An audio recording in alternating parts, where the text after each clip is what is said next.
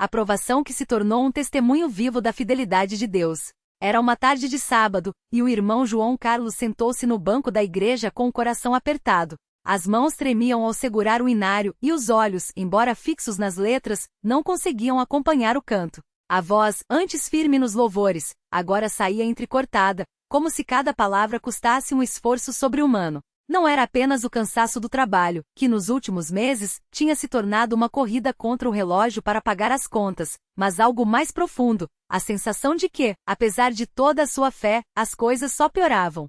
Senhor, até quando? Pensou enquanto o coro entoava, confia no Senhor e faze o bem. Aquelas palavras que já o tinham consolado tantas vezes, agora soavam como um eco distante. Como confiar quando o aluguel estava 3 meses atrasado? Como fazer o bem quando mal conseguia colocar comida na mesa para os 2 filhos pequenos? A esposa Maria tentava manter a calma, mas ele via o desespero nos olhos dela quando abria a geladeira quase vazia ou quando fingia não ouvir o telefone tocar. Mais um credor, mais uma cobrança. Mas João Carlos não desistiu. Mesmo com o peso no peito, ele continuou indo aos cultos. Mesmo quando o orgulho dizia para ficar em casa, envergonhado por não ter nada para ofertar, ele ia. Mesmo quando os pensamentos o tentavam. Deus esqueceu de mim, ele se ajoelhava e orava, não com palavras bonitas, mas com lágrimas. Senhor, o Senhor sabe da nossa necessidade. Não deixe a minha família passar fome. Dá-me forças para não desanimar. A oferta que veio do nada. Naquela semana, o pastor anunciou uma campanha de ofertas para a construção do novo templo. João Carlos baixou a cabeça. Como eu vou ofertar se não tenho nem para o ônibus? Pensou. Mas algo dentro dele não o deixou sair sem colocar nada no envelope. Tirou da carteira as últimas moedas, R$ 12,30, tudo o que tinha, e as depositou com a mão trêmula. Senhor, não é muito, mas é tudo o que tenho. Aceita a minha fé. No domingo seguinte, depois do culto, enquanto ajudava a arrumar as cadeiras, um irmão que mal conhecia, o cooperador Antônio, se aproximou. João, o irmão pode me acompanhar um momento? João Carlos seguiu-o até um canto do pátio, onde Antônio tirou do bolso um envelope branco. Isto é para você. O Senhor me colocou no coração para te dar isso. João abriu o envelope com mãos trêmulas. Dentro, havia R$ 1.200 em notas de R$ 50. Era o valor exato do aluguel atrasado, mais um pouco para as compras do mês. Mas irmão, por quê? Eu nem te pedi nada. João Carlos tentou recusar, mas Antônio segurou seu braço com firmeza. Não é de mim, João.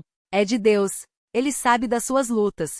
Só não desista. João Carlos não conseguiu segurar as lágrimas. Naquele momento não importava o dinheiro. Importava Deus ter ouvido. Importava Deus ter usado um irmão para mostrar que não o tinha abandonado. A doença que veio para fortalecer. Mas as provas não terminaram ali. 2 meses depois, Maria começou a sentir dores fortes no estômago. Os exames revelaram um tumor no intestino. O médico foi direto. Precisa operar rápido. Senão pode se espalhar. João Carlos sentiu o chão sumir. De novo, Senhor? Por quê? Dessa vez não era só dinheiro. Era a vida da sua esposa, a mãe dos seus filhos. Mas mesmo com o coração partido, ele não deixou a fé esmorecer. Reuniu os irmãos da igreja para um jejum de 3 dias. Não era um pedido por milagre, mas por força para enfrentar. Não era uma barganha com Deus, mas uma rendição. Faça a tua vontade, Senhor. Mas dá-me paz. A operação foi marcada. Na véspera, João Carlos e Maria se ajoelharam ao lado da cama e oraram juntos. Não havia palavras elaboradas, só um clamor. Senhor, se for da tua vontade, cura a minha esposa. Mas se não for, dá-nos força para suportar. No dia seguinte, os médicos retiraram o tumor. E contra todas as expectativas, o exame do material revelou que era benigno. Não seria necessário quimioterapia. Não seria necessário mais sofrimento. Quando o médico deu a notícia, João Carlos não pulou de alegria. Não gritou milagre. Ele simplesmente abaixou a cabeça e chorou sussurrando: Obrigado, Senhor. Obrigado. O jovem que voltou para casa. Mas Deus não tinha terminado sua obra na vida de João Carlos. Um dia, enquanto ele ajudava na limpeza do templo, um jovem chamado Rafael entrou na igreja. Era magro, com olheiras fundas e um cigarro apagado atrás da orelha. João Carlos reconheceu-o imediatamente. Era o filho do irmão Silva, que tinha se afastado da igreja anos antes. O que você está fazendo aqui, Rafael? Perguntou sem julgamento. Não sei, João. Acho que só queria um lugar quieto. João Carlos não pregou. Não deu sermão. Só convidou. Senta aqui. Vamos conversar. Rafael sentou-se no último banco e entre uma pausa e outra contou sua história, drogas, brigas, noites sem dormir, a sensação de que não havia mais saída. João Carlos ouviu tudo em silêncio. E quando o jovem terminou, ele simplesmente disse: "Eu já estive onde você está. Já pensei que não tinha jeito. Mas Deus me tirou do fundo do poço. Ele pode fazer o mesmo por você." Não foi uma conversa longa. Não houve pressa. Mas na semana seguinte Rafael voltou. E depois de alguns cultos, ele se ajoelhou diante do altar e chorou. "Eu quero mudar. Eu quero ser batizado." No dia do batismo, quando Rafael saiu das águas, João Carlos abraçou-o forte e sussurrou: "Agora você é meu irmão. E nada vai te separar do amor de Deus. A obra que Deus começou." Hoje João Carlos não é mais aquele homem quebrado que sentava no banco da igreja com medo do futuro. Ele é cooperador, visita os doentes, ajuda na manutenção do templo e, acima de tudo, testemunha do que Deus pode fazer na vida de quem confia, mesmo quando tudo parece perdido. Ele não é um homem de muitas palavras. Não gosta de holofotes. Mas quando alguém lhe pergunta como conseguiu superar tudo, ele responde com um sorriso simples: "Não fui eu. Foi Deus. Ele só pediu que eu ficasse firme. E eu fiquei." Maria está saudável. Os filhos crescem na fé. Rafael é um dos jovens mais dedicados da congregação. E João Carlos? Ele continua ofertando, mesmo quando a carteira está vazia.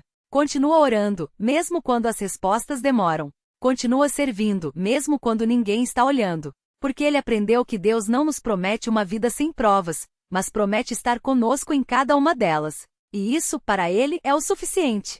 Uma palavra para quem está lendo. Se você chegou até aqui e pensa: "Mas a minha prova é maior, a minha dor é mais profunda", escute isto: Deus não olha para o tamanho do seu problema, mas para o tamanho da sua fé. Talvez você esteja desempregado. Talvez a doença tenha batido a sua porta. Talvez a família esteja se desmoronando. Mas Deus não desampara os seus. Ele pode estar trabalhando em silêncio, preparando a sua vitória onde você só enxerga derrota. Não desista do culto. Não pare de orar. Não deixe de ofertar, mesmo que seja só R$1. Porque Deus honra a fé que persiste. E quando a bênção chegar, e ela vai chegar, não se esqueça, não é para você guardar só para si. É para você ser bênção na vida de outro alguém, assim como João Carlos foi para Rafael. Deus não mudou. Se ele fez por ele, ele pode fazer por você. Lança o teu cuidado sobre o Senhor, e ele te sustentarás, não permitirá jamais que o justo seja abalado. Salmo 55, 22. Glória a Deus. Amém. A provação que veio para fortalecer o caminho de João Carlos e a fidelidade que venceu o impossível, o peso que quase o derrotou. João Carlos nunca esqueceu aquele domingo de manhã, quando o pastor anunciou o tema do culto: Deus prova os que ama. Ele olhou para o chão, sentindo as palavras como um golpe. Não era a primeira vez que ouvia aquilo, mas naquela fase cada sílaba doía como uma faca. As contas estavam empilhadas sobre a mesa da cozinha: luz, água, aluguel, o remédio da Maria. O salário do mês tinha sido cortado pela metade e o patrão, com um aperto de mão frio, avisara: "Até o próximo mês, a gente vê, João. A crise tá feia." Naquela noite, depois que as crianças dormiram, ele se sentou na varanda, olhando para o céu estrelado. Maria já tinha chorado tudo o que podia. Agora só restava o silêncio. João Carlos apertou as mãos, os dedos trêmulos, e murmurou: "Senhor, o Senhor sabe da nossa necessidade. Não peço luxo, não peço riqueza. Peço só o suficiente para não faltar o pão dos meus filhos. E força para não desistir." Não foram palavras bonitas. Não foi uma oração decorada. Foi um grito de quem já não tinha mais para onde correr. A decisão que mudou tudo. Na quarta-feira seguinte, o cooperador da congregação passou em sua casa. Não era visita social. Era um daqueles irmãos que conhecem a dor alheia porque já sentiram a própria. Sentou-se à mesa, tomou um café amargo, o açúcar tinha acabado, e olhou nos olhos de João Carlos. "Irmão, eu sei como tá difícil, mas o Senhor não esqueceu de você. Domingo que vem tem a campanha de ofertas para a obra missionária. Você vai participar?" João Carlos sentiu o peito apertar. Oferta? Com o quê? As moedas que tinha no bolso mal davam para o ônibus. Mas então se lembrou das palavras do pastor: Deus não olha para o que você dá, mas para o coração com que dá. No domingo, com as mãos ainda trêmulas, ele colocou no envelope 2 moedas e uma nota amassada de R$5, tudo o que tinha. Quando deixou cair na urna, sentiu algo estranho, uma paz que não fazia sentido. Como se, naquele gesto, ele estivesse dizendo: Senhor, mesmo na falta, eu confio em ti. O envelope que chegou sem explicação. Na segunda-feira, o correio bateu à porta. João Carlos assinou o recibo sem entender. Dentro do envelope marrom, havia um cheque no valor exato do aluguel atrasado e um bilhete. Irmão, o Senhor me colocou no coração de te abençoar. Não é meu, é dele. Fique firme. Não havia assinatura. Não havia retorno. Só a certeza de que Deus tinha ouvido. Maria chorou quando ele mostrou o cheque. Não foram lágrimas de alívio, mas de gratidão quebrantada. Naquele dia, João Carlos entendeu: Deus não muda as circunstâncias só para nos dar conforto. Ele muda o nosso coração para nos fazer depender dele. A doença que veio para ensino. Mas a prova não tinha acabado. 3 meses depois, Maria começou a sentir dores fortes no estômago. Os exames revelaram um tumor. Não era maligno, mas precisava de cirurgia, e o plano de saúde não cobria tudo. João Carlos se lembrou da história de Jó. Por que, Senhor? Ele não tinha forças para mais uma batalha. Mas na reunião de oração, o pastor leu Isaías 41:10. Não temas, porque eu sou contigo. Não te assombres, porque eu sou teu Deus. Eu te fortaleço e te ajudo, e te sustento com a minha destra fiel. Aquilo foi como um sopro de vida. Ele e Maria começaram a jejuar às terças e sextas, como faziam os irmãos da igreja primitiva. Não era um jejum para impressionar Deus, mas para se render a Ele. No dia da cirurgia, o médico saiu da sala com um sorriso. Foi mais simples do que imaginávamos. O tumor encolheu. Não precisamos nem retirar tudo. Os enfermeiros comentaram que era raro. Mas João Carlos sabia, Deus tinha operado antes dos médicos. Rafael, o jovem que quase se perdia. Enquanto João Carlos aprendia a confiar, Deus estava preparando outra batalha, desta vez por uma alma. Rafael era o filho mais velho de um casal da congregação. Aos 19 anos, tinha tudo para ser um líder, inteligente, carismático, mas rebelde. Começou a faltar aos cultos, a andar com más companhias, a responder com ironia quando os irmãos o chamavam para voltarem. Um domingo, depois do culto, João Carlos o viu sentado sozinho nos fundos do templo, olhando para o chão. Algo no rosto do jovem o fez lembrar de si mesmo anos atrás. Rafael, vem aqui. Preciso da tua ajuda. O jovem levantou a sobrancelha, desconfiado. Ajuda com o quê? Tô limpando o salão da escola bíblica. Sozinho, tá demorando. Rafael hesitou, mas acabou pegando o pano e o balde. Enquanto esfregavam o chão, João Carlos começou a contar sua própria história, não como um sermão, mas como um homem falando para outro. Eu também já pensei em desistir. Já achei que Deus tinha me abandonado. Mas sabe o que aprendi? Que Ele nunca larga a mão da gente. Mesmo quando a gente larga dele. Rafael não respondeu. Mas na semana seguinte, ele estava lá de novo. E depois começou a vir aos cultos. Não por obrigação, mas porque algo tinha mudado. O batismo que selou a restauração. 6 meses depois, Rafael foi batizado nas águas em nome de Jesus Cristo para perdão dos pecados. Quando saiu da água, João Carlos estava lá com as mãos nos ombros dele chorando. Agora você é meu irmão de verdade, disse Rafael, emocionado. Sempre fui. Só demorou um pouco para você enxergar. Naquela noite, na ceia do Senhor, João Carlos orou em silêncio. Obrigado, Senhor. Não foi só por mim que o Senhor lutou. Foi por esse jovem, por essa família, por essa igreja. Use a minha vida para trazer mais almas para ti. A lição que João Carlos aprendeu, e que você precisa ouvir. Hoje, quando alguém pergunta como ele venceu tantas batalhas, João Carlos sorri e responde: não fui eu. Foi Deus. Ele só pediu 2 coisas: que eu ficasse firme e que não esquecesse de abençoar os outros no caminho. E é isso que ele faz. Todo mês, ele separa uma parte do salário para ajudar algum irmão necessitado, sem alarde. Toda semana, ele visita os doentes e os desanimados, levando não só a palavra, mas o exemplo de uma vida restaurada. Todo dia, ele ora: Senhor, me usa. Mesmo que seja para varrer o chão da tua casa. Porque ele sabe que a maior bênção não é receber, mas ser canal de Deus na vida de alguém. E você? Onde está a sua fé? Se você está lendo isso e pensa: mas a minha situação é pior, escute. Deus não olha para o tamanho do seu problema. Ele olha para o tamanho da sua fé. Você está desempregado? João Carlos já esteve. Mas Deus abriu portas quando ele continuou firme. Sua família está se desmoronando? A de João Carlos também esteve. Mas Deus restaurou quando ele não desistiu de orar. Você acha que já errou demais? Rafael achava isso. Mas Deus o perdoou quando ele se arrependeu de verdade. Deus não mudou. Se ele fez por eles, ele pode fazer por você. Mas tem um detalhe: ele não vai forçar sua mão. Se você parar de ir ao culto, ele não vai te arrastar de volta. Se você deixar de orar, ele não vai te obrigar a falar com ele. Se você fechar o coração, ele vai respeitar, mas você vai perder a bênção. A escolha é sua. O convite que Deus está fazendo hoje. Hoje Deus está te fazendo o mesmo convite que fez a João Carlos. Fique firme. Confie em mim. E quando a bênção chegar, não guarde só para você. Seja bênção. Não é promessa de vida fácil. É promessa de Deus contigo. E isso, meu irmão, minha irmã, é o suficiente. O Senhor livrará a alma dos seus servos, e nenhum dos que nele confiam será condenado. Salmos 34, 22. Glória a Deus. Amém. A provação que veio como um fogo selvagem, mas Deus estava no controle. Era uma sexta-feira, dia de pagamento, e João Carlos olhou pela terceira vez a tela do caixa eletrônico. O saldo continuava o mesmo, R$ 12,47. Não era suficiente nem para o ônibus de volta para casa. As contas estavam atrasadas há 2 meses, o aluguel vencia no dia seguinte, e o dono do mercadinho da esquina já não fiava mais nada. Até quando, Senhor?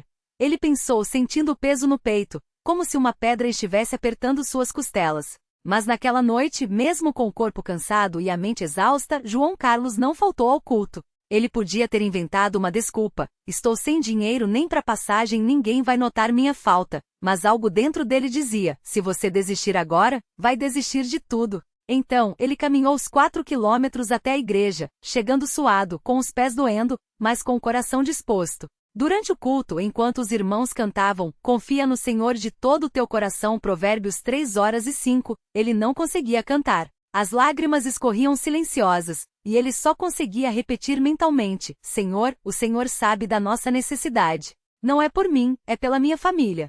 Ajuda-nos, por favor. Não era uma oração bonita, cheia de palavras elaboradas. Era um clamor de quem não tinha mais para onde correr. E foi ali, naquele momento de quebra, que Deus começou a agir. A resposta que veio de um lugar inesperado. No domingo seguinte, após o culto da manhã, o irmão Márcio, um dos cooperadores da igreja, se aproximou de João Carlos. Irmão, o Senhor me pôs no coração para te dar isto aqui, disse, entregando-lhe um envelope branco, simples, sem nada escrito. Dentro, havia R$ 850, o valor exato do aluguel atrasado e das contas de luz e água. João Carlos tentou recusar. Não, irmão, eu não posso aceitar. Você também tem suas contas. Mas Márcio sorriu e disse, isso não é meu, é do Senhor. Ele me deu em dobro essa semana, e eu sei que é para te abençoar. Receba com gratidão. Naquela noite, ao sentar à mesa com a esposa e os 2 filhos, João Carlos não tinha um banquete, só arroz, feijão e um pouco de carne seca. Mas aquela refeição tinha um sabor diferente. Era o sabor da providência. Deus não nos abandonou, ele disse à família, segurando as mãos deles para orar. Ele vê, ele ouve, ele age. E foi assim, passo a passo, que Deus começou a reconstruir o que o desespero quase havia destruído. O trabalho que surgiu quando menos esperava. Na segunda-feira, João Carlos saiu cedo, como de costume, para procurar trabalho. Já havia batido em várias portas, oficinas, padarias, lojas, e sempre ouvia a mesma resposta, não temos vaga. Mas dessa vez, ao passar em frente a uma pequena marcenaria, ouviu um homem chamando, ei, você aí? Sabe mexer com madeira? Era o seu antenor, dono do lugar, que precisava de um ajudante urgente porque o funcionário tinha faltado. Não tenho experiência, não, João Carlos respondeu honestamente. Mas aprendo rápido e trabalho duro. Seu antenor olhou para ele, como se estivesse medindo seu caráter e disse, começa amanhã, pago R$ 35 por dia. Se der certo, a gente conversa. Não era um salário alto, mas era uma porta aberta. E João Carlos sabia, Deus abre portas que ninguém pode fechar. Apocalipse 3:08. Nos primeiros dias, ele chegava em casa com as mãos cheias de calos e as costas doendo. Mas à noite, antes de dormir, ele e a esposa oravam, Senhor, obrigado por este trabalho. Ajuda-nos a ser fiéis no pouco, para que o Senhor possa nos confiar o muito. E Deus ouviu. A promoção que veio com a fidelidade. 3 meses depois, seu antenor chamou João Carlos no final do expediente. Você é um bom trabalhador, pontual, responsável. Quero te fazer uma proposta, vou te promover a encarregado. O salário sobe para R$ 1.200, e você vai treinar os novos ajudantes. Topa? João Carlos quase não acreditou. Mas eu não sei ler direito, seu antenor. Como vou treinar os outros? O patrão sorriu. Você sabe fazer. E o que não sabe, a gente aprende juntos. Confio em você. Aquilo era mais do que uma promoção. Era Deus restaurando a dignidade de um homem que poucos meses antes se sentia um fracasso. Naquela noite, ao chegar em casa com a notícia, a esposa chorou de alegria. Os filhos pulavam e até a vizinha, Dona Maria, que sempre torcia por eles, veio parabenizá-los. Vi que Deus é bom, João. Ele não esquece dos seus. E João Carlos, com os olhos brilhando, respondeu: não é que Deus é bom, Dona Maria. É que Ele é fiel. Mesmo quando a gente duvida, Ele não desiste da gente. O encontro que mudaria uma vida e confirmaria um chamado. Mas Deus não parou por aí. Um sábado à tarde, enquanto João Carlos ajudava na limpeza da igreja, um jovem entrou pelo portão. Era Rafael, 19 anos, magro, olheiras fundas, roupas amarrotadas. Ele parecia perdido, como se não soubesse bem por que estava ali. O senhor é o pastor? Perguntou hesitante. Não, irmão. Sou só um servo como você. O que você precisa? Rafael baixou a cabeça. Preciso de ajuda. Não aguento mais essa vida. E então, entre soluços, contou: vício em drogas, brigas em casa, uma namorada grávida que o havia deixado, e uma sensação de que não havia mais saída. João Carlos não tinha respostas fáceis. Não disse: Deus vai resolver tudo agora. Em vez disso, ele fez o que alguém havia feito por ele anos antes, sentou ao lado do jovem, ouviu e orou. Rafael, eu já estive onde você está. Já pensei que não tinha jeito. Mas Deus me tirou do lixo e me deu uma vida nova. Não foi fácil, mas valeu a pena.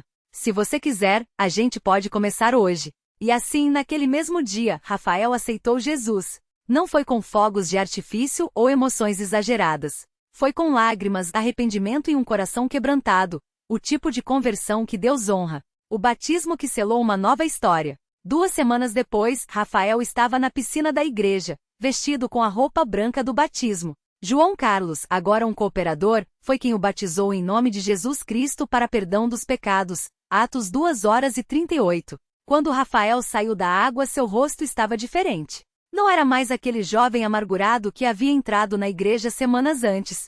Agora ele sorria, uma paz que não era dele, mas de Deus. Irmão João, valeu a pena ter vindo aqui, disse, abraçando-o. Não foi eu, Rafael. Foi Deus. Eu só fui um instrumento. E ali, naquele momento, João Carlos entendeu algo profundo. Deus não nos tira das provas só para nos abençoar, mas para que, através delas, possamos ser bênção na vida de outros. A campanha que nasceu de um coração grato. Movido por essa certeza, João Carlos teve uma ideia: organizar uma campanha de ajuda aos viciados em drogas do bairro. Ele sabia que muitos, como Rafael, não tinham coragem de procurar a igreja sozinhos. Com a aprovação dos irmãos mais velhos, eles começaram a visitar as ruas, distribuir folhetos e convidar os jovens para um culto especial de libertação. Não era um evento grandioso, só um grupo de irmãos orando, cantando e compartilhando testemunhos de como Deus os havia libertado. No primeiro culto, 7 jovens aceitaram Jesus. No segundo, 12. E assim, o que começou como uma semente plantada na dor de João Carlos se tornou um movimento de restauração no bairro. Um dia, um dos pastores da região o chamou. Irmão João, você está fazendo uma obra linda aqui. Deus está usando você. E João Carlos, com humildade, respondeu: não sou eu, pastor. É Deus. Eu só estou disponível. A lição que ficou para sempre. Hoje, anos depois, João Carlos é um dos cooperadores mais ativos da igreja. Sua família está firme, seu trabalho próspera e Rafael, agora casado, pai de uma menina linda e também cooperador, é um de seus melhores amigos. Mas quando perguntam a ele, como você conseguiu superar tudo, ele sempre responde: não superei nada sozinho. Foi Deus. Ele me segurou quando eu ia cair, me deu forças quando eu não tinha mais, e me ensinou que as provas não são para nos destruir, mas para nos preparar para abençoar outros. E então, com os olhos cheios de gratidão, ele repete o versículo que se tornou seu lema: muitas são as aflições do justo, mas o Senhor o livra de todas.